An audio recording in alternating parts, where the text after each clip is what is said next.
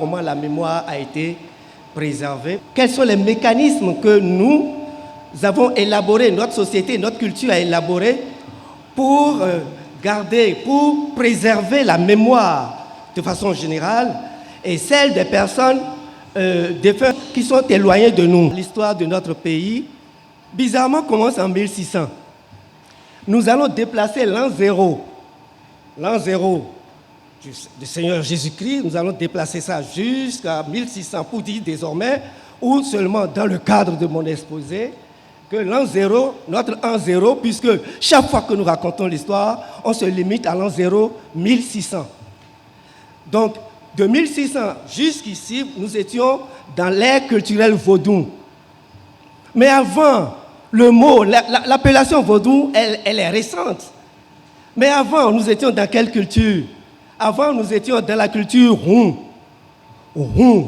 qu'on appelle la cité Hunto. Ah, si vous offensez, je le dis avec tout le respect que je dois à nos dignitaires, si vous dites quelque chose, un écart de langage auprès d'eux, ils vous diront tout de suite, le Hunto Mefia. Dans cette cité, ne les amenez pas à le dire.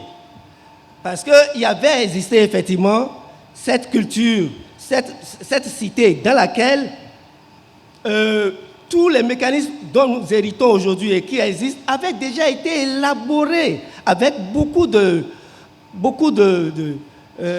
avec finesse. Quand on dit communauté Hun, le mot Hun signifie beaucoup de choses, à un sens exceptionnel, à un sens immense. Hun, quand on dit Hun, ça fait référence de façon générale au sang. Mais il ne s'agit pas du sang. Le vrai nom du sang, c'est Kanjo. Kanjo. Kanjo qui veut dire kan, qui veut dire corde, lien, jo, qui veut dire origine. Donc déjà, ça pose un petit... Ça éclaire, ça apporte une lumière, Kanjo. Et quand vous écoutez nos dignitaires, qu'est-ce qu'ils défendent le plus? Le Béninois défend le Kanjo. Et dans le Kanjo, il y a le Hun, qui est comme une puce, un peu comme nos Katsim, qui se trouve dans le sang. Je suis en train de parler de la cité des Hun. Et dans la cité des Hun, les gens de Hun s'appellent les Hunu. Les Hunu. Et ils ont élaboré un créole qu'on appelle la cabale fond, qu'on appelle Fonrungbe, qui veut dire la langue de réveil.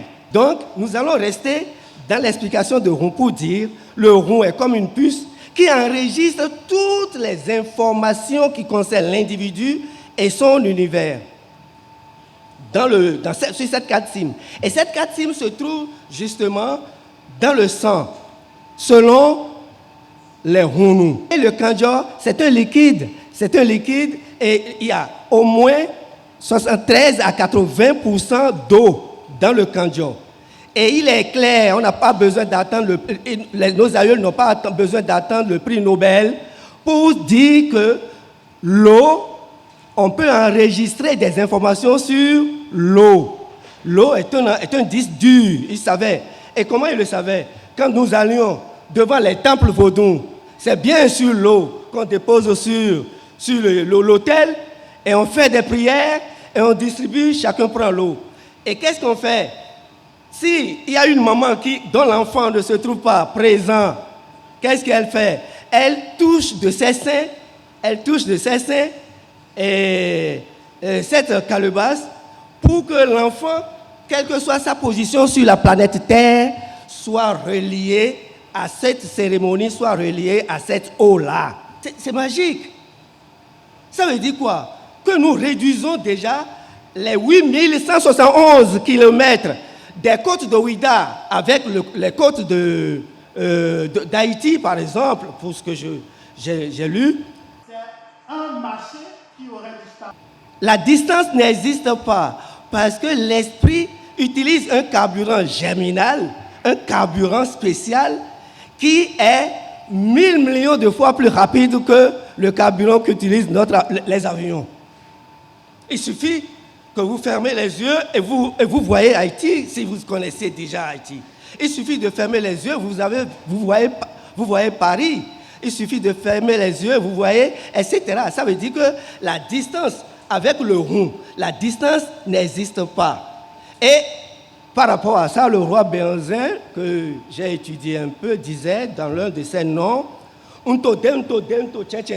je suis là, je suis parmi vous. Je voudrais vous rassurer d'une chose. Toutes les âmes parties de cette Afrique sont revenues à l'origine. Parce que quand nous prenons, pour déborder déjà sur la dimension un peu plus scientifique, symbolique, nous domestiquons la mémoire de nos parents d'ici ou d'ailleurs dans les Hassins. Madame Rachida a parlé des Hassins. C'est sûr que d'autres le diront aussi. Nous mettons dans les Hassins les esprits des parents défunts. Mais quand vous allez dans la case réservée à ces Hassins, la Tassinon n'oublie jamais de dire, dans sa prière, elle dit, elle se souvient toujours des parents, soit des parents partis, connus ou inconnus. Il y a toujours un Hassin parmi les Hassins qui représente les parents défunts, inconnus, qui n'ont pas eu droit à des rituels régulièrement. Avec ce mécanisme-là, déjà, la mémoire est préservée. La mémoire est préservée et le contact à travers le rond, à travers le kanjo, le contact est permanent. Oui, avec la colonisation, avec le temps, les intempéries sur ces mécanismes, on peut avoir aujourd'hui tendance à croire que ces éléments ne sont plus fiables. Non. Ces éléments continuent d'être fiables. Et on peut être sûr que tous ces parents partis sont revenus.